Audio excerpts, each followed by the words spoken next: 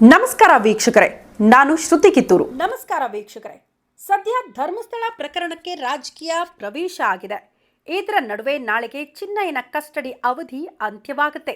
ಒಂದು ಕಡೆ ಧರ್ಮಸ್ಥಳದ ಷಡ್ಯಂತ್ರಕ್ಕೆ ಸಾಕ್ಷಿಗಳೇ ಇಲ್ವಾ ಅನ್ನೋ ಪರಿಸ್ಥಿತಿ ನಿರ್ಮಾಣ ಆಗಿದೆ. ಹೀಗಿರುವಾಗ ಸೌಜನ್ಯ ಪ್ರಕರಣ ಓಪನ್ ಆಗುತ್ತಾ ಅನ್ನೋ ಚರ್ಚೆಗಳು ಜೋರಾಗಿ ನಡೀತಾ ಇದೆ. ಹಾಗಾದ್ರೆ ಯಾಕೆ ಸೌಜನ್ಯ ಪ್ರಕರಣ ಓಪನ್ ಆಗುತ್ತೆ? ಇದಕ್ಕೆ ಕಾನೂನಲ್ಲಿ ಇರುವ ಅವಕಾಶಗಳು ಏನು? ಎಲ್ಲದರ ಕುರಿತು ಇಂಟ್ರೆಸ್ಟಿಂಗ್ ಮಾಹಿತಿಯನ್ನ ಈ ಎಪಿಸೋಡ್ನಲ್ಲಿ ನಿಮ್ಮ ಮುಂದೆ ಇಡ್ತೀವಿ. ಮಿಸ್ ಮಾಡದೆ ಕೇಳಿಸ್ಕೊಳ್ಳಿ. ಎಸ್ ವೀಕ್ಷಕರೇ, ಧರ್ಮಸ್ಥಳ ಪ್ರಕರಣಕ್ಕೆ ಸಂಬಂಧಪಟ್ಟಂತೆ ಷಡ್ಯಂತ್ರ ಮಾಡಿದ್ದ ಎನ್ನಲಾಗಿರುವ ಚಿನ್ನಯ್ಯನ ಬಂಧನ ಮಾಡಿ ನಾಳೆಗೆ 10 ದಿನ. ನಾಳೆ ಪುನಃ ಚಿನ್ನಯ್ಯನನ್ನ ಕೋರ್ಟ್ಗೆ ಹಾಜರುಪಡಿಸಲಾಗುತ್ತೆ.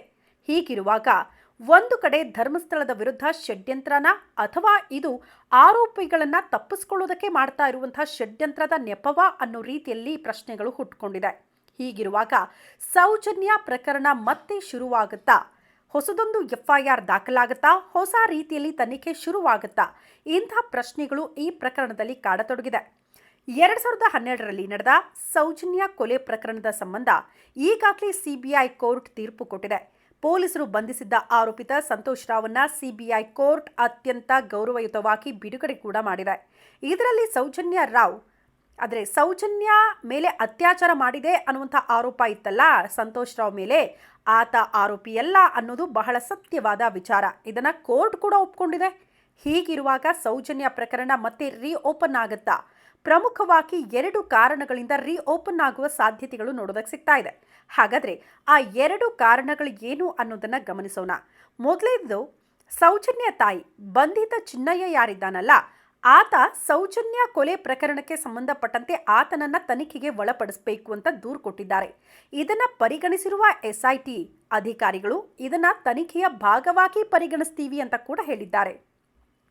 ಮತ್ತೊಂದು ವಿಚಾರ, ಸೌಜನ್ಯಾಳನ್ನ ಕಿಡ್ನಾಪ್ ಮಾಡಿದ್ದಕ್ಕೆ ತಾನು ಸಾಕ್ಷಿ ಅಂತ ಮಹಿಳೆಯೊಬ್ಬರು SITಗೆ ಬಂದು ದೂರು ಕೊಟ್ಟಿದ್ದಾರೆ. ಅವರು ಬರೀ ದೂರನ್ನ ಮಾತ್ರ ನೀಡಿಲ್ಲ, ಬದಲಾಗಿ 2012ರಲ್ಲಿ ಆಕೆ ಧರ್ಮಸ್ಥಳಕ್ಕೆ ಬಂದಿದ್ದಕ್ಕೆ ಸಂಬಂಧಪಟ್ಟಂತಹ ದಾಖಲೆಗಳು ಹಾಗೂ ಧರ್ಮಸ್ಥಳ ಪರಿಸರಕ್ಕೆ ಏನಕ್ಕೆ ಬಂದಿದ್ದೆ ಹಾಗೂ ಸೌಜನ್ಯಾಳ ಕಿಡ್ನಾಪ್ ಮಾಡಿದ ಬಗ್ಗೆ ತಾನು ಏನ್ ನೋಡಿದೆ ಅನ್ನೋದರ ಸಂಪೂರ್ಣ ದಾಖಲೆಗಳೊಂದಿಗೆ ಅವರು ಬಂದು ದೂರು ಕೊಟ್ಟಿದ್ದಾರೆ. ಈ 2 ಕಾರಣಗಳಿಂದ ಸೌಜನ್ಯ ಪ್ರಕರಣ ಮತ್ತೆ ತನಿಖೆಗೆ ಒಳಪಡುವ ಸಾಧ್ಯತೆ ಕೂಡ ಇದೆ. ಕಾನೂನಲ್ಲಿ ಅಂಥದ್ದೊಂದು ಅವಕಾಶವೂ ಕೂಡ ಇದೆ.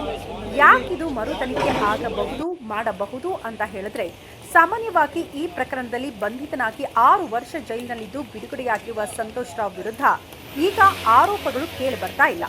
ಅಲ್ಲದೆ ನ್ಯಾಯಾಲಯವು ಕೂಡ ಸಂತೋಷ್ ರಾವ್ ನಿರಪರಾಧಿ ಅಂತ ಹೇಳ್ಬಿಟ್ಟಿದೆ. ಒಂದು ವೇಳೆ ಸಂತೋಷ್ ರಾವ್ ವಿರುದ್ಧ ಮರು ತನಿಖೆಯ ಆಗ್ರಹ ಕೇಳಿ ಬಂದಿದ್ರೆ ಅದು ಅಷ್ಟು ಸುಲಭ ಇರಲಿಲ್ಲ ನೋಡಿ. ಯಾಕಂದ್ರೆ ನಮ್ಮ ನ್ಯಾಯಾಂಗ ವ್ಯವಸ್ಥೆಯಲ್ಲಿ ಒಮ್ಮೆ ಬಂಧಿತನಾಗಿ ನ್ಯಾಯಾಲಯದಿಂದ ನಿರಪರಾಧಿ ಅಂತ ಪರಿಗಣಿತನಾಗಿರುವ ವ್ಯಕ್ತಿಯ ವಿರುದ್ಧ 2ನೇ ಬಾರಿಗೆ ತನಿಖೆ ಮಾಡೋದು ಅಷ್ಟು ಸುಲಭ ಇರಲ್ಲ. ಯಾಕಂದ್ರೆ ಇದು ಸಂವಿಧಾನ ನೀಡಿರುವ ಆತನ ಮೂಲಭೂತ ಹಕ್ಕುಗಳನ್ನು ಕಸಿದುಕೊಂಡಂತಾಗುತ್ತೆ. ತುಂಬಾ ವಿರಳ ಪ್ರಕರಣಗಳಲ್ಲಿ ಮಾತ್ರ ಈ ರೀತಿ 2ನೇ ಬಾರಿಗೆ ತನಿಖೆಗೆ ಅವಕಾಶ ನೀಡಲಾಗುತ್ತೆ. ಅದು ದೇಶದ ಉನ್ನತ ನ್ಯಾಯಾಲಯಗಳ ಆಗಿರುವ ಸುಪ್ರೀಂ ಕೋರ್ಟ್ ಅಥವಾ ಹೈಕೋರ್ಟ್ ಮೊರೆ ಹೋಗಬಹುದು. ಅಲ್ಲಿಯ ಸೂಚನೆ ಇದ್ದಾಗ ಮಾತ್ರ ಈ ರೀತಿ ಮರು ತನಿಖೆ ಆಗುವುದಕ್ಕೆ ಸಾಧ್ಯತೆಗಳಿರುತ್ತೆ. ಆದರೆ ಸೌಜನ್ಯ ಪ್ರಕರಣಕ್ಕೆ ಸಂಬಂಧಪಟ್ಟಂತೆ ಈ ಮುಂದೆ ಬಂದಿರುವ ಸಾಕ್ಷಿಗಳೆಲ್ಲವೂ ಕೂಡ ಹೊಸತು. ಈ ಹಿಂದೆ ಸ್ಥಳೀಯ ಪೊಲೀಸರ ತನಿಖೆಯಲ್ಲಾಗಲಿ CBI ತನಿಖೆಯಲ್ಲಾಗಲಿ ಈ ಸಾಕ್ಷಿಗಳು ಸೇರ್ಪಡೆನೇ ಆಗಿಲ್ಲ. ಅಲ್ಲದೆ ನ್ಯಾಯಾಲಯ ನಿರಪರಾಧಿ ಅಂತ ಬಿಡುಗಡೆ ಮಾಡಿರುವ ಸಂತೋಷ್ ರಾವ್ ವಿರುದ್ಧವೂ ಇವರು ಸಾಕ್ಷ್ಯ ಹೇಳ್ತಾ ಇಲ್ಲ. ಹೀಗಾಗಿ ಇದು ಹೊಸ ಸಾಕ್ಷಿ ಹಾಗೂ ಹೊಸ ಆರೋಪಿಯ ಕುರಿತಾದ ವಿಚಾರ ಆಗುತ್ತೆ. ಹೀಗಾಗಿ ಸೌಜನ್ಯ ಪ್ರಕರಣ ಮತ್ತೆ ಮರುತನಿಖೆ ಆಗುವ ಸಾಧ್ಯತೆ ದಟ್ಟವಾಗಿದೆ. ಯಾಕಂದ್ರೆ ಈಗಾಗಲೇ ರಾಜ್ಯ ಸರ್ಕಾರ ಧರ್ಮಸ್ಥಳದಲ್ಲಿ ನಡೆದಿದೆ ಎನ್ನಲಾಗಿರುವ ಘಟನೆಗಳ ಬಗ್ಗೆನೇ SIT ರಚನೆ ಮಾಡಿದೆ. ಒಂದು ವೇಳೆ ಈ ಸಾಕ್ಷಿಗಳು ಸರಿಯಾಗಿ ಪರಿಶೀಲನೆ ನಡೆಸಿ SIT ಅದರಲ್ಲಿ ನಿಜ ಇದೆ ಅನ್ನೋದನ್ನ ತಿಳಿದ್ರೆ ನ್ಯಾಯಾಲಯದ ಅನುಮತಿ ಪಡ್ಕೊಂಡು ಕೂಡಲೇ ಹೊಸ FIR ಅನ್ನ ಸೌಜನ್ಯ ಕೇಸ್ಗೆ ಸಂಬಂಧಪಟ್ಟಂತೆ ದಾಖಲು ಮಾಡಿಕೊಳ್ಳಬಹುದು.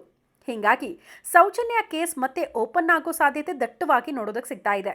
ಈಗಲಾದರೂ ಸೌಜನ್ಯ ಸಾವಿಗೆ ಕಾರಣರಾದವರು ಸಿಕ್ಕಿ ಬೀಳಬೇಕು, ಅವರಿಗೆ ಶಿಕ್ಷೆ ಆಗಬೇಕು, ಆ ಹೆಣ್ಣು ಮಗಳ ಸಾವಿಗೆ ನ್ಯಾಯ ಸಿಗಬೇಕು ಅನ್ನೋದು ಕೋಟ್ಯಾಂತರ ಧರ್ಮಸ್ಥಳ ಭಕ್ತರ ಆಶಯ ಮಾತ್ರ ಅಲ್ಲ, ಇಡೀ ರಾಜ್ಯ ದೇಶದ ಆಶಯ ಕೂಡ ಅದೇ ಆಗಿದೆ.